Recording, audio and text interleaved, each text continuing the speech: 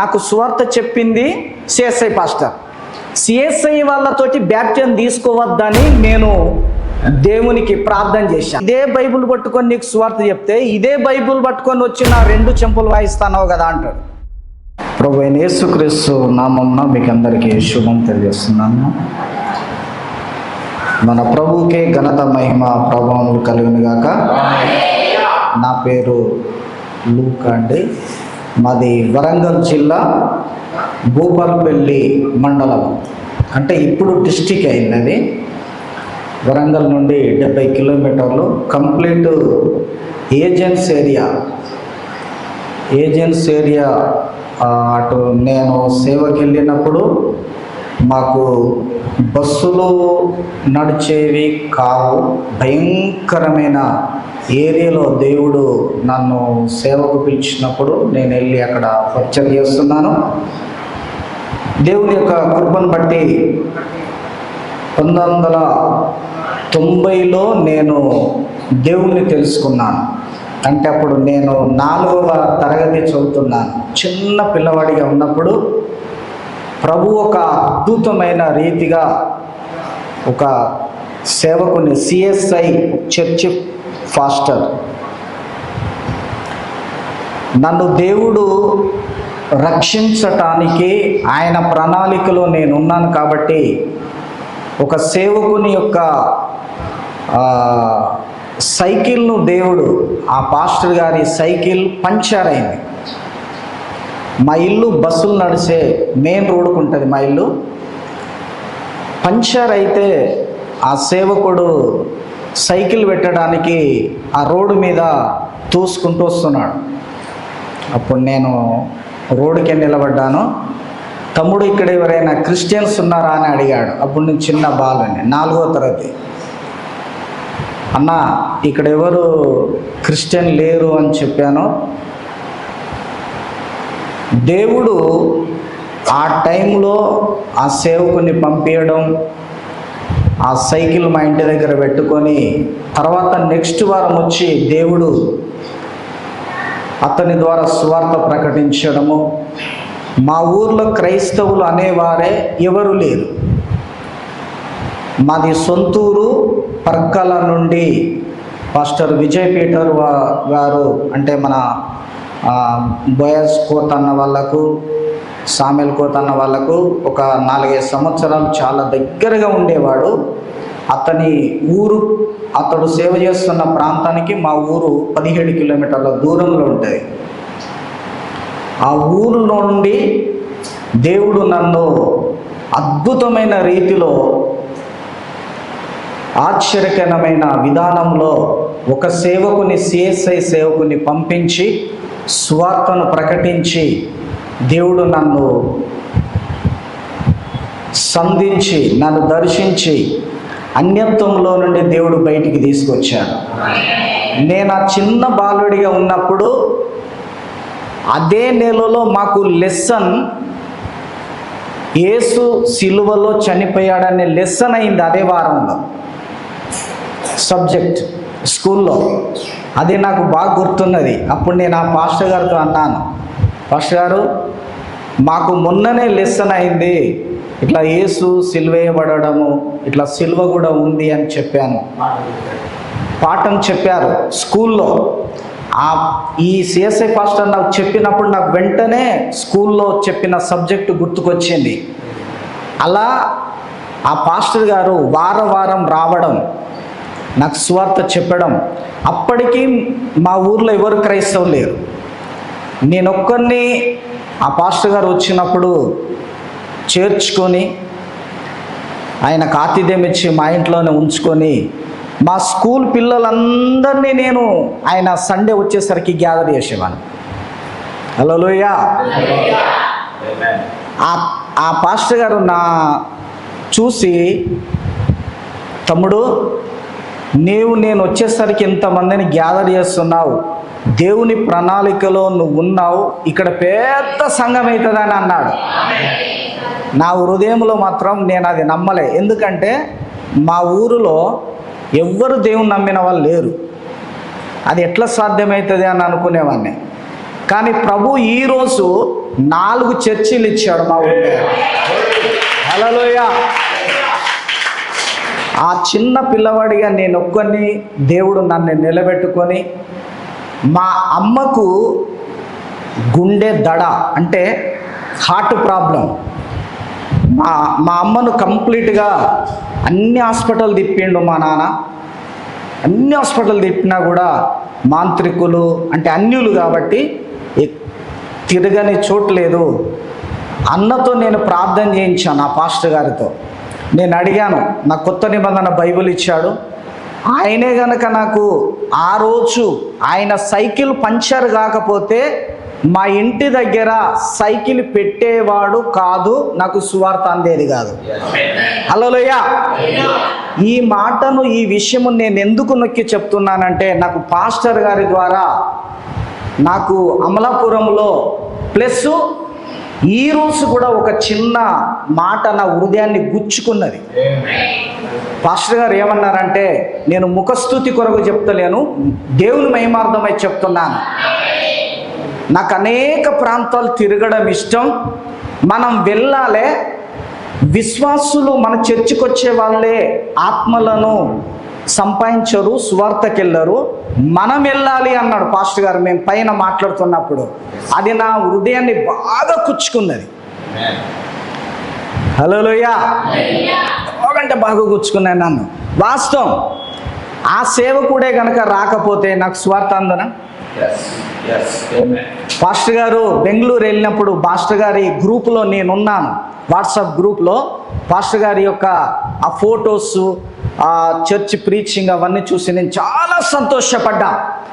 మన వర్తమానంలో ప్రతి పాస్టర్ గారు సంఘాలను పట్టుకొని ఆన్నే పెవికల్ లెక్క అంటుకొని ఉంటున్నారు.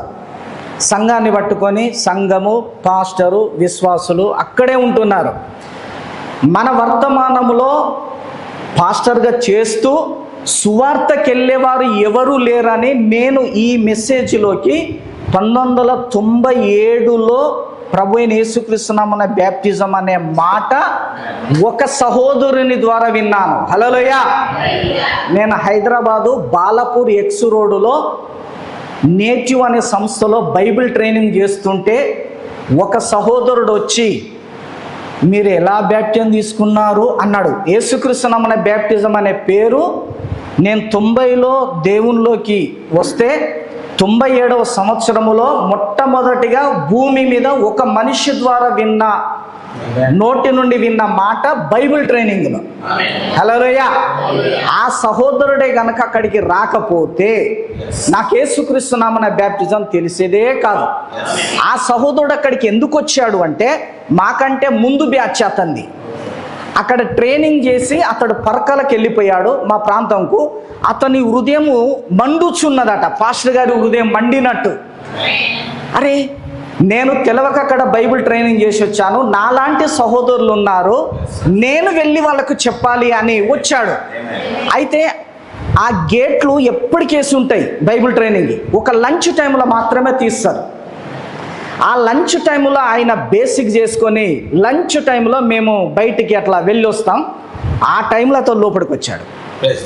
ప్రవక్త అంటాడు, మనం టైం చూసి కొట్టాలంటాడు. హల్లెలూయా. ప్రవక్త గాలం వేసినప్పుడు చేప బల్లే, కానీ దాన్ని ఎప్పుడు గుంజాలో దేవుడు ప్రవక్తకు చెప్పాడట. దాన్ని సరైన టైంలో గుంజాలి. ఎప్పుడు పడితే అప్పుడే గుంజితే అది రాదు. అలాగే శిష్యులతో కూడా యేసుక్రీస్తు అంటాడు కదా, వాళ్ళ ఏ నైట్ అంతా వేసాం ప్రభువా, ఏం పని లేదు అంటే, ఇప్పుడు వేయండి, ఇప్పుడు వేయండి. ఆయన మాట చొప్పున వేసినప్పుడు హల్లెలూయా. ఆ సహోదరుడు లంచ్ టైమును గురి పెట్టుకొని వచ్చి, ఆ లంచ్ టైం కూడా ఒక ½ అన్ అవరే తీస్తారు. ½ అన్ అవర్లో ఆయన ప్రిపేర్ అయ్యి వచ్చేసి మమ్మల్ని తొందరగా గ్యాదర్ చేసి, బ్రదర్ మీరందరూ బ్యాప్టిజం తీసుకున్నాడా అని అడుగుతున్నాడు. ఎట్లా? ఇప్పుడు పేతురును ఆ జైలర్ తీసుకుపోయి ఇంటికి నైటు ఎలాగైతే ఆ నైట్ చెప్పించుకున్నాడు. ఎందుకంటే తెల్లారితే పేతురు ఏమవుతాడో తెలియదు. ఆయనను చంపుతారో ఆయన ఏం చేస్తారో తెలియదు. అట్లాంటి సిచ్యువేషన్లో టైం లేదు, నైట్కు నైటే వాక్యం వినిపించుకున్నారు. ఆయన పాస్టర్ గారు నిజంగా మీకు చాలా వందనాలండి. ఎందుకంటే మన వర్తమానంలో ఎవ్వరు సేవకులు సువార్త చేస్తలేరు. మన వర్తమానంలో ఎవ్వరు కూడా బయటికి వెళ్ళి ఈ వర్తమానం ప్రకటిస్తలేరు, సంఘాలకే అతుక్కపోయి ఉంటున్నారు. కానీ పాస్టర్ గారు అయితే అన్ని రాష్ట్రాలు తిరుగుతున్నారు. నా గురి కూడా అదే. కాపరిగా ఉంటూనే నేను అనేక ప్రాంతాలు తిరిగేటట్లు ప్రభు కృప చూపుతున్నాడు. ఎందుకంటే ఆయన సైకిల్ పంచర్ కాకపోతే నాకు సువార్త అందకు. ఈ బైబిల్ ట్రైనింగ్కు ఆ సహోదరుడు వచ్చి నాకు బ్యాప్టిజం ఎలా తీసుకున్నావు అన్నోలే గుణపముతో గుండెలు గుద్దినట్టు అయింది. ఎలా తీసుకున్నావు అంటున్నారు, ఏంటి బ్రదర్ అని అంటే యేసుక్రీస్తు నామంలేనా అన్నాడు. ఆ పేరు ఎప్పుడు వినలే నేను. ఎలా విన్నావు అన్నాడు. తండ్రి కుమార పరిశుద్ధాత్మ. ఎప్పుడు తీసుకున్నావు? అయితే నాకు సువార్త చెప్పింది సిఎస్ఐ పాస్టర్. సిఎస్ఐ వాళ్ళతోటి బ్యాప్టిజం తీసుకోవద్దని నేను దేవునికి ప్రార్థన చేశాను. ఎందుకు? వాళ్ళు సువార్త చెప్తారే కానీ బైబిల్ ప్రకారం జీవించారు. నేను బ్యాప్టిజం తీసుకుంటే పెంతుకొస్తోలతోటే తీసుకుంటా. నాకు పెంతుకొస్తు సంఘం కావాలని చిన్నప్పటి నుండి చూస్తూ ఉండేవాడని. ఎందుకంటే వాళ్ళు కొంచెం బైబిల్ ప్రకారం ఉంటారు అని. కొంచెం బైబిల్ ప్రకారం ఉంటారు, ఆభరణాలు ఏమి ఉండవు, వాళ్ళు లోకానికి కొంచెం దూరం ఉంటారు, సినిమాలు సిగరెట్లు అట్లాంటివి ఉండయి. నాకు సువార్త చెప్పిన సేవకుడు ఇప్పుడు హెడ్ మాస్టర్ గవర్నమెంట్, అతని భార్య కూడా హెడ్ మాస్టరే. వాళ్ళు సేవలో ఉండి నాకు సువార్త చెప్తే ఇప్పుడు వాళ్ళు సేవను వదిలి గవర్నమెంట్ డ్యూటీకి వెళ్ళారు.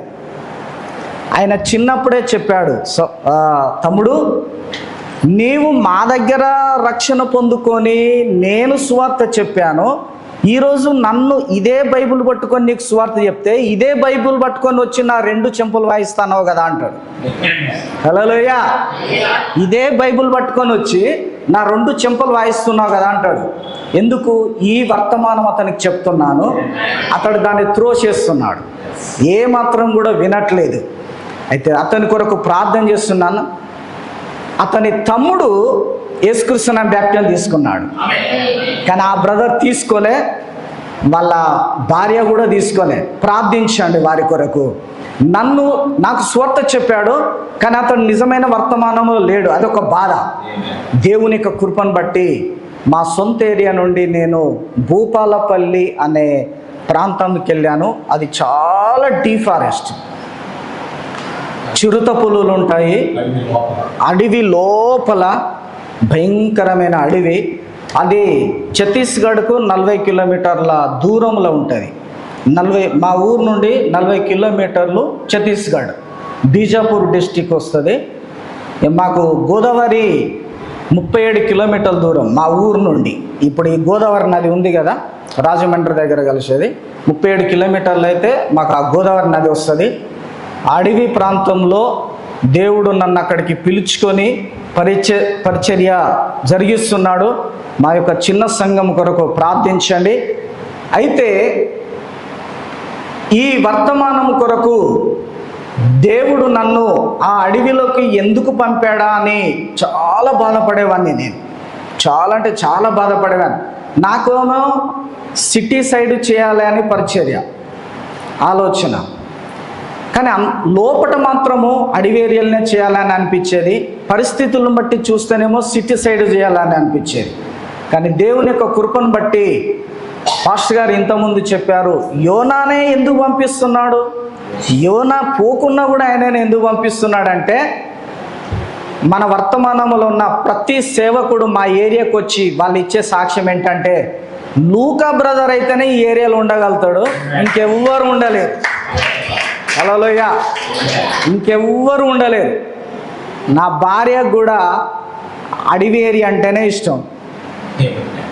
ఆమె సిటీ సైడ్ ఉందాము అంటే అస్సలు ఆమెకు నచ్చదు.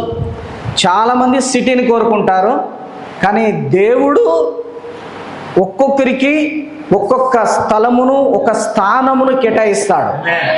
ఆ స్థానములో వాళ్ళైతేనే ఫిట్ కాగలుగుతారు, వేరే ఇంకెవ్వరు ఫిట్ కారు. హల్లెలూయా. అయితే మా ఏరియా కొరకు ప్రార్థించండి. మాది చాలా చిన్న సంఘం. అయితే నేను ఆ ఏరియాకు మన వర్తమానంలో ఎవరు కూడా సహాయం చేయరు, మీకు తెలుసుగా. మన ప్రవక్త అంటాడు, దేవుడు నిన్ను పిలిస్తే నువ్వు సేవకెళ్ళు.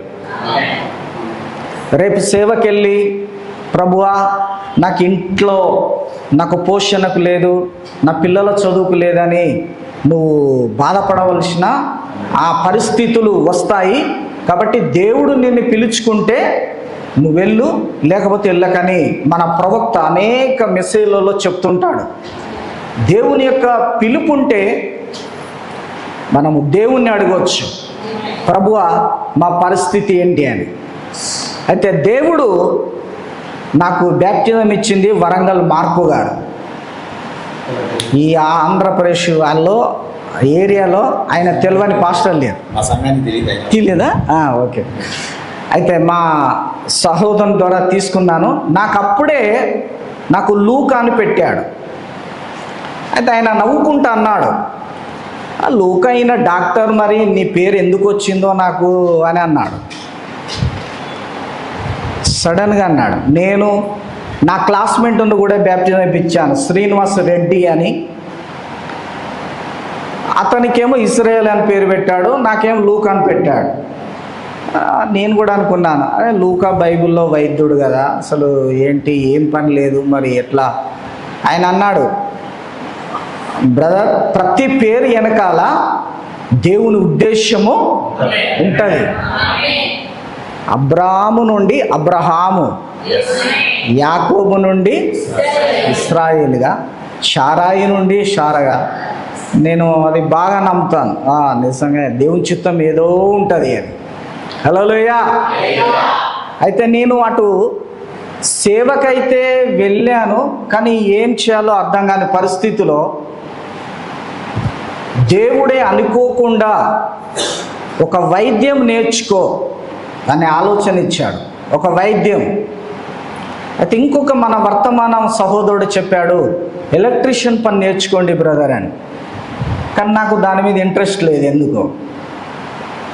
అప్పుడు ప్రార్థించినప్పుడు దేవుడు వైద్య వృత్తి అయితే నీకు బాగుంటుంది అని చెప్పినప్పుడు నేను వెళ్ళి ఒక హాస్పిటల్లో జాయిన్ అయ్యాను. దేవుని కృపను బట్టి నేను ఆ ఏజెన్సీ ఏరియాకి వెళ్ళినప్పుడు కంకెర రోడ్డు, ఇంత బాటు దిగబాటులో, ఇంత మోగాలు వంటి దిగబాటులో వెళ్ళేది. ఎటు ఒక 4-5 ఊళ్ళకు ఆర్ఎంపీ డాక్టర్లు లేరు అక్కడ. ఆ టైంలో అద్భుతంగా దేవుడు అక్కడ నన్ను నడిపించాడు. ఆ చిన్న వైద్యం చేసుకుంటూ దేవుడు మమ్మల్ని పోషిస్తూ అలా అలా అలా దేవుడు మాకు తోడుగా ఉండి దేవుడు ఒక మంచి కుటుంబాన్ని, చిన్న సంఘాన్ని దేవుడు మాకు ఇచ్చాడు. హల్లెలూయా. అయితే చూడండి, ఆ ఏరియాలో మన వర్తమానం ఎక్కడ కూడా లేదు. ఎటు ఛత్తీస్గఢ్, బీజాపూర్ డిస్టిక్ దానక, మహారాష్ట్ర గడిచిరోలు జిల్లా దానక లేదు మన వర్తమానం ఆ ఏజెన్సీ ఏరియాలో. అయితే దేవుడు ఎవరైతే చేయగలుగుతారు అని దేవుని తెలుసు కాబట్టి ఆ ఏరియాలో దేవుడు అద్భుతంగా ప్రతి ఊరికి మేము వెళ్ళే ఏరియాలో ఎడ్ల బండి పాస్టర్ గారు, ఎడ్ల బండి కూడా సరిగా పోదు. వాగులు బాగా విపరీతమైన వాగులు, ఆ వాగులలో కూడా ఎడ్ల బండి పోదు. అలాంటి భయంకరమైన ఏరియాలో దేవుడు పరిచర్యకు నడిపించాడు. దేవుని యొక్క సేవ చాలా అద్భుతంగా జరిగింది అక్కడ. హల్లెలూయా. అంత అడవిలో కూడా దేవుడు సంఘశాఖ అగాపే అనే మినిస్ట్రీ ఉంది అక్కడ. అగాపే, ఆ అగాపే విశ్వాసులకు ఈ వర్తమానం చెప్పినప్పుడు ఎంతో అద్భుతంగా దేవుడు అక్కడ కార్యం జరిగించాడు. హల్లెలూయా. ఆ ఏరియా కొరకు ప్రార్థించండి. అయితే నేను సిఎస్సి పాస్టర్ ద్వారా చెప్పే సువార్త అందినప్పుడు మా అమ్మది చిన్న సాక్ష్యం అక్కడ ఆపాను. అయితే మా అమ్మ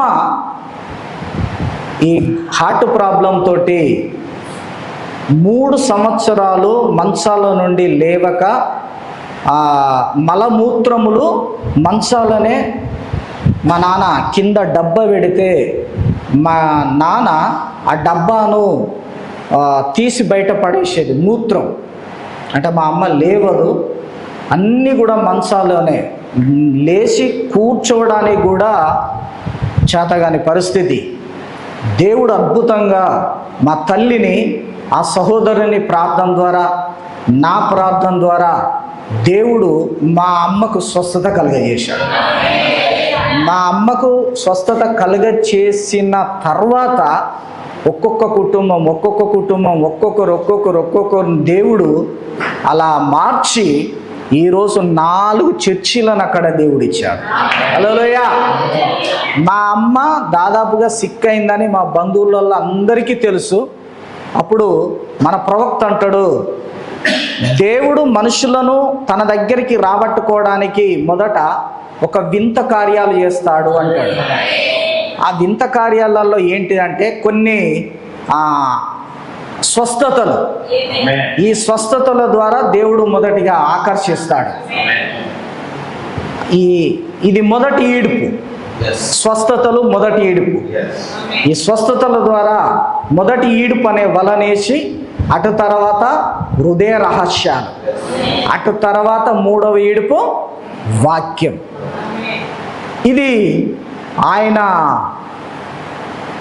ఆ గాడిద మీద వస్తుంటే వాళ్ళందరూ పరిచినప్పుడు ప్రవక్త వింత వ్యక్తి అనే వర్తమానంలో చెప్తా అంటాడు కదా, కొండ మీద ఏం జరుగుతున్నది ఏంటి అంటే ఆ అల్లరి అనేకులను ఆకర్షిస్తుంది. ఏం జరుగుతుంది అసలు అక్కడ, ఏంటి ఆ అల్లరి ఏంటి, ఆ కేకలేంటి? హల్లెలూయా. తన వైపుకు దేవుడు తిప్పుకోవడానికి కొన్ని ఆశ్చర్యమైన కార్యాలు, అద్భుతమైన కార్యాలు దేవుడు చేస్తాడు. మా ఊర్లో దేవుడు తన బిడ్డలను సంపాదించుకోవడానికి మా అమ్మను సిక్కేటాడు చేశాడు. First point. ఎందుకంటే మామూలు సిక్కు కాదు. మా అమ్మ చనిపోయింది 2021లో. పాస్టర్ గారు జ్ఞాపకార్థ కూటానికి వచ్చారు. మా అమ్మను మన డాడీని చూశాడు. మా అమ్మకు అసలు ఇక ఆశలు వదులుకోమని చెప్పారు డాక్టర్లు. కానీ దేవుడు చాలా అద్భుతంగా కార్యం చేశాడు. ఒక సేవకుడే గనక మా ఏరియాకు రాకపోతే అక్కడ ఈరోజు 4 సంఘాలు ఉండేటే కాదు. హల్లెలూయా. ఇక్కడ మీకు దగ్గర న్యూజివీడు ఉంది కదా, ఈ న్యూజివీడు బండి ఐజక్ గారి సంఘం మా ఊళ్ళో ఉంది. అంటే నా ద్వారా రక్షణలోకి వచ్చిన వారు. ఇక నేను నా సొంతూరు నుండి నేను బయటికి సేవకి వెళ్ళిపోయిన తర్వాత నా సొంతూరులో ఇక నేను చేస్తే బాగుండదు కదా, ఎవరైనా సొంత ఏరియాలో ప్రవక్త ఘనత పొందడు అని ప్రభు చెప్తాడు కదా. ఆ రకంగా వెళ్ళిపోయాను. దేవుడు అక్కడ అద్భుతంగా సువార్త ప్రకటించుకున్నాడు. ఈ మెసేజ్ని దేవుడు నాకు 1997లో చాలా ఆశ్చర్యకరంగా, అద్భుతకరంగా బైబిల్ ట్రైనింగ్ చేస్తున్న సమయంలో దేవుడు ఇచ్చాడు. ఆ సహోదరుడే గనక నాకు యేసుక్రీస్తు నామమున బ్యాప్టిజం అనే మాట అనకపోతే నేను చర్చ్ చేయకపోయేవాడిని. ఇక దాని కొరకు ఎత్తుకుతున్నా. ఆ బ్రదర్ ఇలా చెప్తున్నాడు. అయ్యగారు వచ్చాడు, మా ట్రైనింగ్ అయ్యగారు వచ్చి ఆనంద్ గాడు వాళ్ళు గాడు అనే పిలుస్తారు. నా పేరు పాత పేరు సుధాకర్గా ఏం చేస్తున్నావురా అంటాడు. అంటే సొంత బిడ్డ, అంటే ఆయన దొంగ బోధలో పోయిండని వాళ్ళకు తెలిసిందట.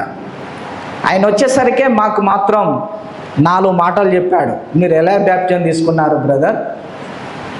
మీరు ప్రభురాత్రి భోజనం ఎప్పుడన్నా తిన్నారా? తింటే అది రాత్రా పగలా అని అడిగాడు. ఇవన్నీ హృదయంలో ఇట్లా ఒక క్వశ్చన్ మార్కుగా ఉండిపోయినాయి. అతడు వచ్చింది చెప్పింది ఒక 10 నిమిషాలే, కానీ దేవుడు బయటకు వచ్చేటట్లు చేశాడు. హల్లెలూయా. సంఘ శాఖల నుండి బయటకు వచ్చేటట్టు దేవుడు కార్యం చేశాడు. ఆ రోజు ఆ సహోదరుడు రాకపోతే నాకు ఆ మెసేజ్ ఎప్పుడు దొరుకునో చెప్పలేను. కాబట్టి ప్రతి ఒక్కరూ వర్తమానం ఉన్న సేవకులు కూడా అనేక ఏరియాలకు వెళ్ళి వర్తమానం ప్రకటిస్తలేరు. వాళ్ళ సంఘాలలో ఉన్నారు. నాలాంటి మనసు పాస్టర్ గారికి ఉన్నందుకు నేను చాలా సంతోషపడుతున్నాను. చాలా అంటే చాలా సంతోషపడాలి. ఎందుకంటే నేను ఉండేది ఏజెన్సీ ఏరియాలో. అన్ని ఏరియాలకు నాకు దేవుడిచ్చిన వెహికల్ని పట్టుకొని వెళ్ళి నేను చెప్తుంటా. సేమ్ యాజ్ టు పాస్టర్ గారు కూడా అట్లాగే ఉన్నారు. నేను చాలా సంతోషపడ్డాను. చాలా అంటే చాలా సంతోషపడ్డాను. వాక్యంలో ఏముంది? పంపువారు లేని ఎడల ఎవరు వెళ్ళుదురు? ప్రకటించువారు లేని ఎడల ఎవరు విందురు? అంటే ప్రకటించేటోళ్ళు కావాలి. ఇప్పుడు ప్రకటించేటోళ్ళే లేనిది ఎట్లా వింటారు? దేవుడే డైరెక్ట్ వచ్చి అందరికీ స్వార్థ చెప్పుకుంటాడా? అట్లెక్కడన్నా చరిత్రలో కానీ, పాత నిబంధనలు కానీ, కొత్త నిబంధనలు కానీ ఎక్కడన్నా జరిగింది అట్లా? దేవుడే డైరెక్ట్ వెళ్ళి కలల్లో, దర్శనంలో నేను దేవుణ్ణి, నన్ను నమ్మండి అని దేవుడు చెప్తాడా? చెప్పడు అసలు. ఆ దేవుని యొక్క వాక్య విధానమే కాదు అది. దేవుడు ఒక సేవకుణ్ణి లేకపోతే ఒక వ్యక్తిని నిలబెట్టుకొని దేవుడు కార్యం చేస్తాడు. అట్లా దేవుడు తన పనిని కొనసాగిస్తాడు. దయచేసి మా కొరకు ప్రార్థించండి. నేను అన్యుల్లో నుండి సంఘశాఖలకు వచ్చాను. సంఘశాఖల్లో నుండి 1997 డిసెంబర్లో ఈ వర్తమానంలోకి వచ్చాను. 98లో బ్యాప్టిజం తీసుకున్నా, ఏప్రిల్ నెలలో. అయితే నేను ఇదే కందులపాడుకు 2002 లేక 2003లోనో, నాకు కరెక్ట్ గుర్తులేదు, విజయ్ పీటర్ బ్రదర్ తోటి, పాల్ బ్రదర్ తోటి వచ్చాను. అప్పుడు దీని పక్కన టెంట్లు వేసి మీటింగ్స్ జరిగినాయి. అప్పుడు బోయల్స్ అన్న, సామెల్ అన్న, డాడీ గారు వీళ్ళందరూ వచ్చారు. అప్పుడు నేను వచ్చాను. మళ్ళీ తర్వాత పాస్టర్ గారిని నేను అమలాపురంలో చూశాను. ఈ కొద్ది మాటలు దేవుడు దీవించాడు.